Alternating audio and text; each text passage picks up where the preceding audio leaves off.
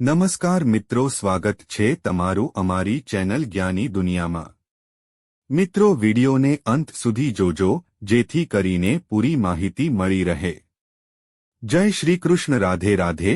પૂજા કરતી વખતે આ સંકેત દેખાય તો ધનવાન બની જશો।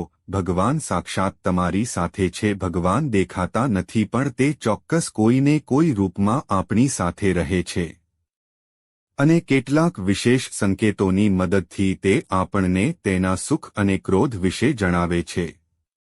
જ્યારે આપણે ભગવાનની પૂજા કરીએ છીએ ત્યારે કેટલીક સકારાત્મક ઉર્જા પણ આપણી સાથે સંકળાયેલી હોય છે જે આપણી આસપાસ એક વર્તુળ બનાવે છે।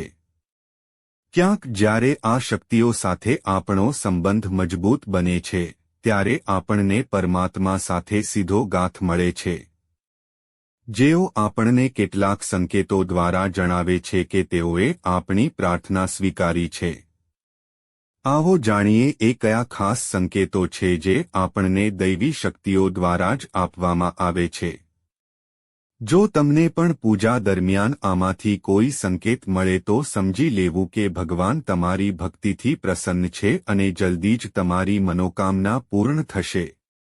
પ્રથમ સંકેત, મંદિર હોય કે ઘરમાં થતી પૂજા આપણે દીવો ચોક્કસ પ્રગટાવીએ છીએ।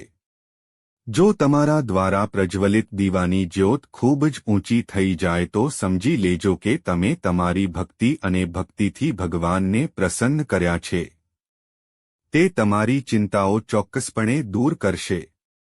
બીજો સંકેત, પૂજા દરમિયાન જો અગરબત્તીમાંથી નીકળતો ધુમાડો સીધો ભગવાન તરફ વળે અને તેમાંથી ઓમનો આકાર બનતો દેખાય તો તેને પણ શુભ સંકેત માનવામાં આવે છે।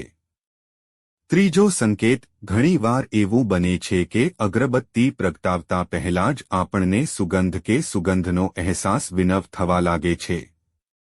જો તમારી સાથે પણ આવું થાય તો સમજવું કે ભગવાનની કૃપા તમારા પર છે।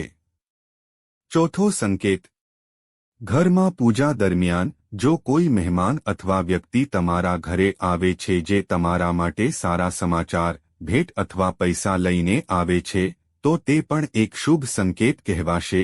તે એક આશીર્વાદ છે।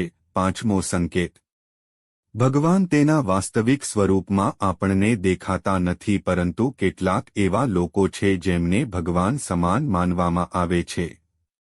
માતા પિતા, ગુરુ કે બ્રાહ્મણો। જો આમાંથી કોઈ પણ વ્યક્તિ પૂજા દરમિયાન તમારા ઘરમાં પ્રવેશ કરે છે તો તે ખૂબ જ માનવામાં આવે છે। શુભ, તમારે તેમને ઘરેથી ખાલી હાથ પાછા ન આપવું જોઈએ। છઠ્ઠો સંકેત, પૂજા દરમિયાન જો ભગવાનની પ્રતિમા કે મૂર્તિ પરથી કોઈ ફૂલ કે માળા તમારા પર પડી જાય તો તે ખૂબ જ શુભ સંકેત છે। તે દર્શાવે છે કે ભગવાનની કૃપા તમારા પર હાજર છે અને તમારી મનોકામનાઓ જલ્દી પૂરી થવા જઈ રહી છે। મિત્રો, વિડિયો પસંદ આવ્યો હોય તો લાઇક અને શેર કરજો અને ચેનલને સબસ્ક્રાઇબ કરવાનું ભૂલતા નહીં। આભાર। જ્ઞાની દુનિયા।